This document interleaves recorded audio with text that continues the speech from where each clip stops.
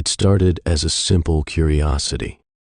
Mark had always been interested in technology, and he'd heard countless stories about the dark web, the shadowy underbelly of the internet where secrets and mysteries lay hidden, waiting to be uncovered.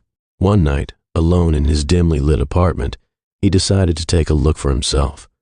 His screen cast an eerie glow across his face as he connected through a series of VPNs.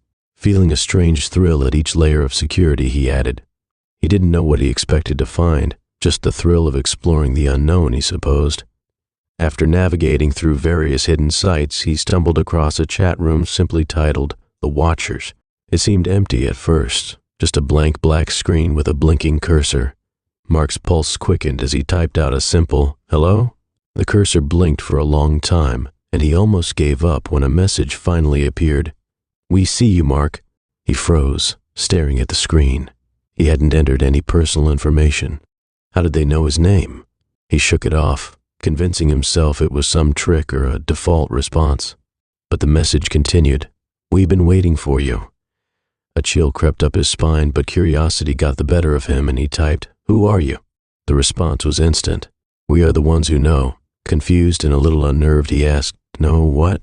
Another pause, then a single line appeared. "Everything."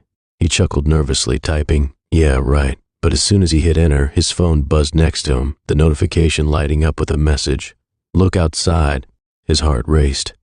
Slowly he rose from his chair and walked to his apartment window. The street below was empty, just the dim streetlights casting long shadows. But then his phone buzzed again. "Look closer." He felt his stomach tighten with fear as he leaned forward, squinting into the darkness. At first he saw nothing, but then, barely visible, he noticed a figure standing across the street, cloaked in shadow, watching his window. Mark's breath caught in his throat. His phone vibrated again, and he glanced down, a single word on the screen, "Smile." Terrified, he shut his curtains and backed away, his mind racing. He glanced back at his computer screen, where another message had appeared in the chat room. "You should not have come here, Mark." Frantic, he typed back, "What do you want from me?" The response was chilling. "It's too late for that. We're already inside." Mark turned, expecting to see someone behind him, but his apartment was empty. Yet he couldn't shake the feeling of being watched, as though unseen eyes were fixed on him from every corner of the room. He quickly powered off his computer, his hands shaking. But as he reached for his phone to call someone, anyone, he noticed his screen was flickering.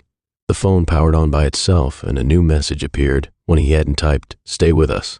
He tried to shut it off, but the phone wouldn't respond. His heart raced, the darkness of his room seeming to close in around him. Suddenly, his computer powered on by itself, the screen filling with static. And then, he saw it, a video feed, his own apartment, from an angle he couldn't place. He watched himself, alone in his living room, standing by his phone, completely paralyzed by fear. But then, the feed began to zoom, closer and closer, until it focused on his face, his wide eyes staring back at the screen. He backed away, his mind racing. How was this possible? He didn't own any security cameras. He'd never set anything up like this, but something was watching him. He grabbed his phone, determined to call for help, but the screen flickered again, and a video file appeared, labeled "Watch." Against every instinct, he tapped on it. The video was shaky, poorly lit, as though filmed by someone walking through a dark corridor. He watched as the video approached a door, his door. He recognized the number. The person filming was standing outside his apartment. His hands shook as he watched the door open slowly, revealing the shadowy figure he'd seen outside, stepping into his home. The screen cut to black. He backed away from the door, heart pounding, when a soft knock echoed through his apartment, filling the silence.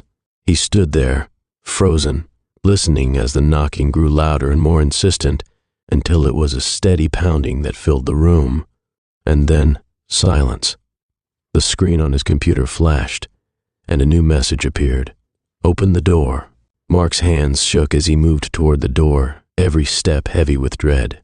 His hand reached for the handle, feeling the icy cold of the metal under his fingers. Slowly he pulled it open, bracing himself for what he would see. But there was nothing there, just the empty hallway stretching into darkness. He sighed, feeling a strange sense of relief. But as he turned back inside, he froze. His computer screen was still on, and it showed a message, "You shouldn't have looked." Before he could process it, the lights flickered and went out, plunging his apartment into darkness. His phone lit up again, casting a faint glow in the room. It was a final message, one that made his blood run cold. "Now you're one of us." The screen went black, and his apartment fell silent. Mark stood alone in the darkness, a prisoner of the very secrets he had sought. And as he sat there, unable to move, he could swear he felt someone watching him, their presence lingering, waiting for him to make his next move, or perhaps his final mistake.